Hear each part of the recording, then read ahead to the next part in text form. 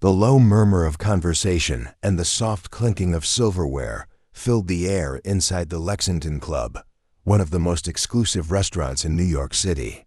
It was the kind of place where high-profile figures dined in peace, shielded from the relentless buzz of the outside world. At a quiet corner table, Donald Trump and Barron Trump sat together, enjoying a rare private dinner.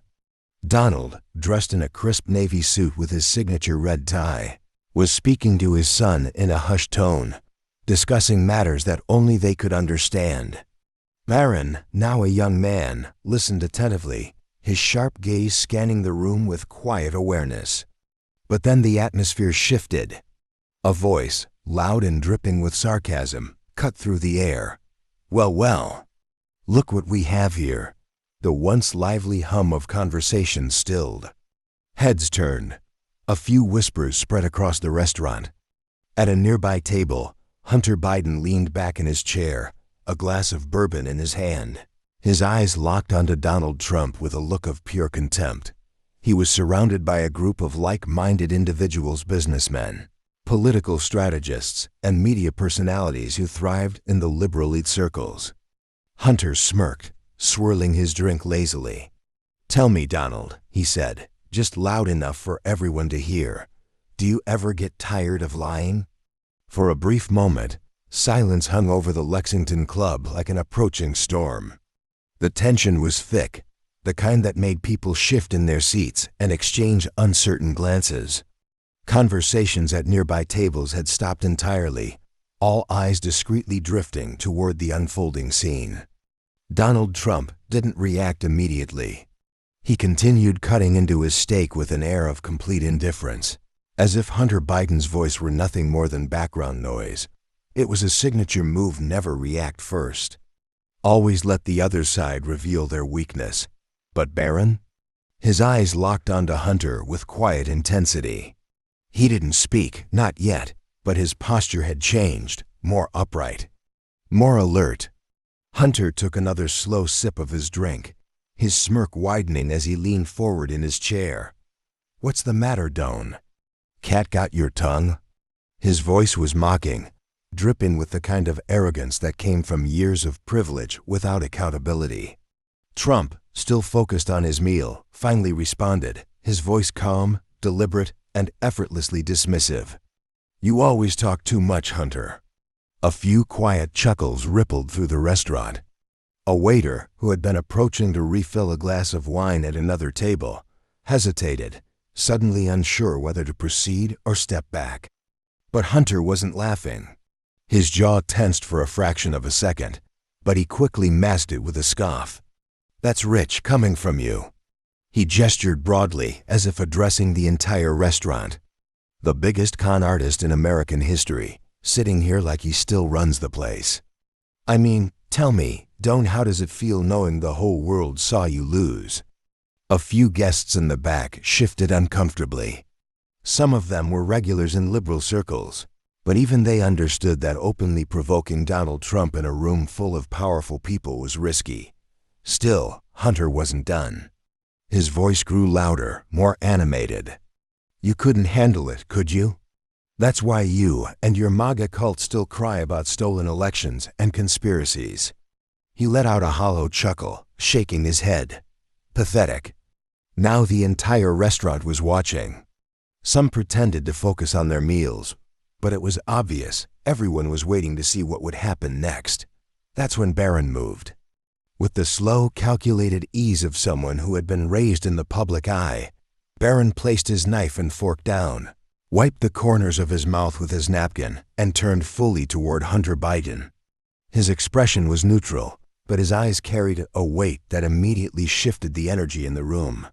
And when he finally spoke, his voice was calm, steady, and unshaken.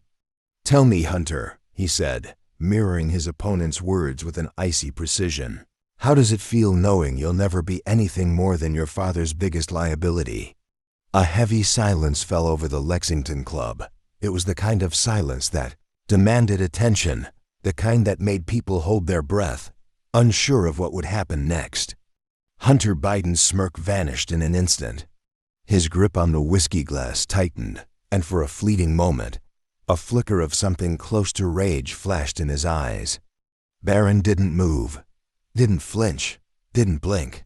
He simply sat there, looking straight at Hunter, his expression calm but firm.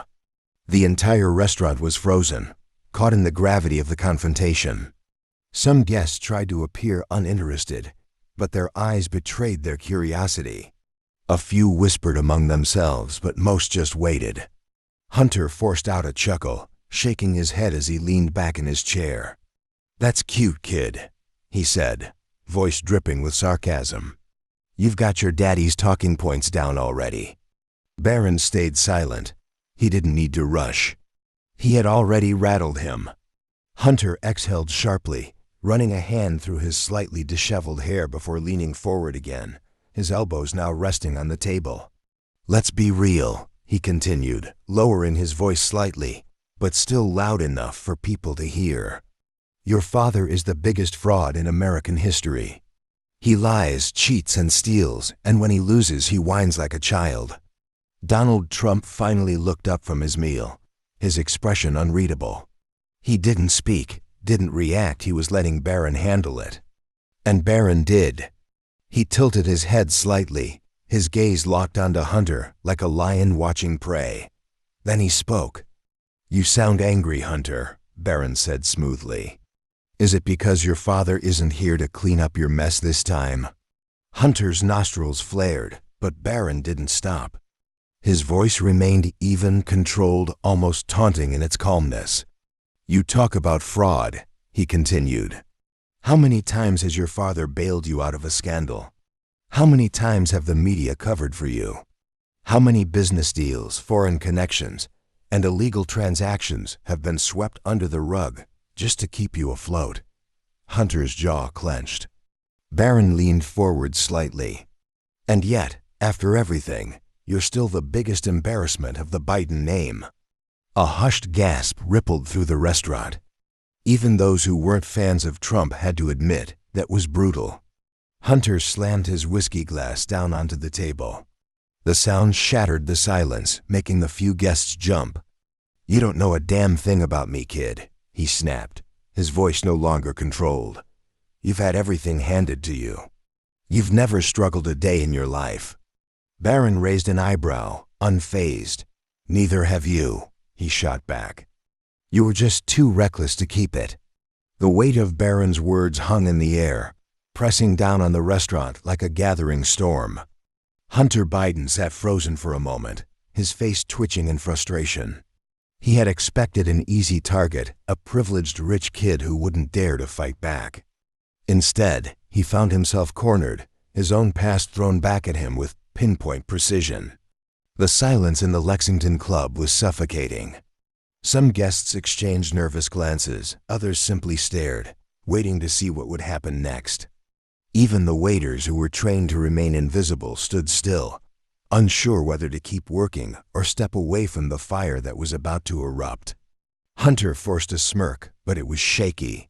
He leaned forward, trying to reclaim control of the situation. "Let me explain something to you, kid," he said, his voice lower now, dripping with forced condescension. "Your father is a criminal, a liar, a fascist who tried to overthrow democracy just because he couldn't handle losing." He spread his hands, gesturing dramatically. "And you? You're just another entitled brat who'll spend your whole life defending his failures." Barron didn't react. He simply stared at Hunter, his expression unreadable. He wasn't going to be baited. Hunter's lips curled into a sneer. "Face it, history will remember my father as the man who saved America from yours." A tense ripple spread through the restaurant. The line had been crossed. Even the most neutral guests shifted uncomfortably. And then Barron moved.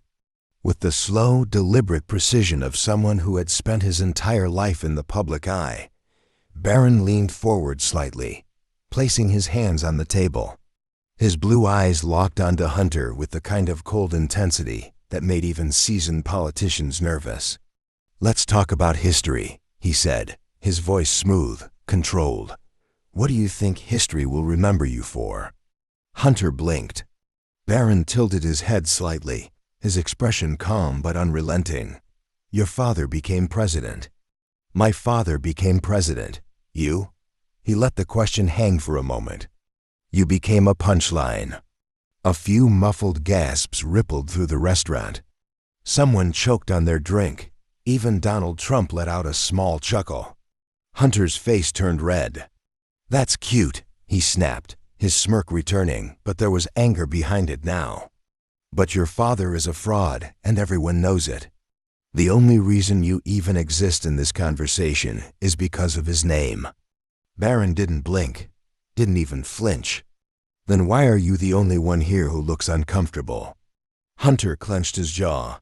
His control was slipping. Barron kept going. "My father built an empire. Your father built a political dynasty. You built." "What, exactly?" He raised an eyebrow, his voice filled with effortless confidence. "A legacy of scandals, drug abuse, and corruption?" Hunter stood up abruptly, his chair scraping loudly against the floor. The room went dead silent. The loud scrape of Hunter Biden's chair against the polished hardwood floor echoed through the Lexington Club like a gunshot. Every eye in the restaurant was now locked onto him. The tension had reached its boiling point, and the entire room seemed to be holding its breath, waiting to see what would happen next. Hunter leaned forward, both hands planted firmly on the table, his face flushed with anger. His once smooth confidence had crumbled, replaced by an expression of pure frustration. "You have no idea what you're talking about, kid," he snapped, his voice sharp and uneven. "You've never had to work for anything in your life. You were born into wealth, into privilege, into power, everything handed to you on a silver platter." Barron remained seated, composed, unshaken. "Sounds familiar," he said, tilting his head slightly. "Tell me, how many times has your father pulled you out of trouble? How many bad decisions have been covered up because of your last name?" Hunter's fingers curled into fists, but Barron didn't stop. "You want to talk about privilege?" He continued, his voice smooth and unwavering. "Try being a man who actually had to live up to his father's name instead of running from it." A few gasps spread through the restaurant. Even some of Hunter's own guests shifted uncomfortably in their seats. Hunter let out a sharp, humorless laugh, shaking his head. "You think you're tough?" he scoffed. "You think you're some kind of patriot? Your father is a traitor, a criminal, a wannabe dictator who tried to tear this country apart." The room went still. Even Donald Trump, who had been largely silent, finally looked up, his expression unreadable. Barron, however, remained completely unfazed. "That's funny," he said, his voice lower now, almost amused. "Because the last time I checked, it wasn't my father's laptop that exposed his secrets to the world." Hunter's jaw locked. His entire body tensed. A few muffled whispers spread through the restaurant. Even the waiters, who had been standing frozen in the background, exchanged knowing glances. Barron sat back slightly in his chair, his movements slow, deliberate. "You want to talk about tearing the country apart?" He continued, his voice sharp as a blade. "Your father ran on unity, but all he's done is divide. His policies are a disaster, the economy is crumbling, crime is out of control, and America is weaker than ever." Hunter's hands trembled slightly at his sides. Barron tilted his head. "But sure, tell me again how my father was the problem." Hunter Biden was unraveling. His breathing was sharp, his grip on the table tightening. The carefully crafted image of a confident, untouchable political elite was crumbling before everyone's eyes. He had come into this encounter believing he would control the conversation, that he would humiliate Donald Trump in front of his own son. But now, the entire restaurant was watching him fall apart. Barron Trump, still seated, showed no signs of emotion. His expression was calm, calculating, unshaken. He had won the moment he refused to engage in Hunter's theatrics. But Hunter wasn't ready to back down. He forced a smirk, though his eyes betrayed his anger. "You don't know a damn thing about me," he spat. "You've been hiding in your father's shadow your whole life, and you always will." Barron slowly leaned forward, resting his elbows on the table, his gaze piercing through Hunter. Hiding? His voice was so even, so controlled, it almost made the moment feel surreal. I didn't need the media to cover for me. I didn't need my father's presidency to protect me. And I never needed corruption to clean up my messes. Hunter's face twitched. Barron didn't stop. That's the difference between you and me, he continued. You were given every opportunity to prove yourself. You had the connections, the wealth, the backing of the entire system. And yet, your legacy is one of scandals, bad decisions, and shame. A low murmur spread through the restaurant. Even those who had originally sided with Hunter were now shifting uncomfortably.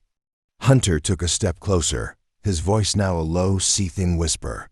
You have no idea what kind of pressure I've been under. Barron's expression remained blank, unshaken, cold. Pressure? He repeated, raising an eyebrow. You think being the son of the most hated president in history was easy? He let the words sink in. The difference is, I didn't waste my second chances. You did. Hunter's hands curled into fists, his knuckles turning white. His breathing was heavier now, his face flushed with frustration. But Barron had never been more in control. The weight of Barron's words hung in the air like a loaded gun. Hunter Biden was visibly shaking, now not from fear, but from the sheer frustration of losing control of the situation. He had spent his entire life dodging scandals, brushing off criticism, and relying on the media to protect him. But here, right now, there was no media filter, no handlers, no pre-written narratives to save him. Just Barron Trump, calm, precise, and completely unfazed. Hunter took another step closer, his face now just inches from Barron's. His breath reeked of whiskey, his jaw clenched so tightly that the veins in his neck bulged. You little punk, he growled. You think you're better than me? Barron didn't flinch, didn't even blink. I don't have to think, he said, his voice steady. I just have to look at the facts. Hunter's hands trembled, but not from fear, from pure, unfiltered rage. You Trumps are all the same, he spat. Entitled, arrogant, power-hungry frauds. Your father lied, cheated, and stole his way to the top, and you're just another spoiled brat who'll spend his life defending a failure. The restaurant was silent. Donald Trump, who had been watching everything unfold without a word, finally set down his fork, folded his napkin, and leaned back in his chair. His expression was unreadable, a mixture of amusement and quiet approval. Barron remained stone cold. Then, after a pause, he exhaled slowly and shook his head, just once, as if Hunter wasn't even worth his energy. You're a grown man, Hunter, he said. And you're standing here, red-faced, fists clenched, in the middle of a five-star restaurant, arguing with a teenager. A low murmur spread across the room. Someone in the back snickered. Hunter's face twisted. He had walked right into it. He was the one making a scene. He was the one who looked unhinged. And Barron? Barron had just turned the entire room against him. Without even raising his voice. Hunter's teeth clenched, his breathing heavy. He looked around, suddenly aware that everyone was staring. He had lost, but he wasn't about to admit it. With a low grunt of disgust, he grabbed his jacket from the back of his chair, threw it over his shoulder, and muttered, "Screw this." Then, without another word, he stormed out of the restaurant. A few seconds of silence followed. Then, from somewhere in the room, a single clap, then another. And then a quiet ripple of applause spread through the restaurant. Donald Trump, still leaning back in his chair, smirked, glancing toward his son. "Not bad, kid." Barron picked up his glass, took a sip of water, and went back to his meal. As if nothing had happened. What a showdown! Hunter Biden thought he could embarrass Donald Trump, but Barron turned the tables without even breaking a sweat. What do you think? Did Barron handle it perfectly, or should he have gone even harder? Let us know in the comments. And if you love stories like this, hit that like button and subscribe now for more powerful, high-stakes showdowns. Turn on notifications so you never miss a new upload. Thanks for watching, and we'll see you in the next one.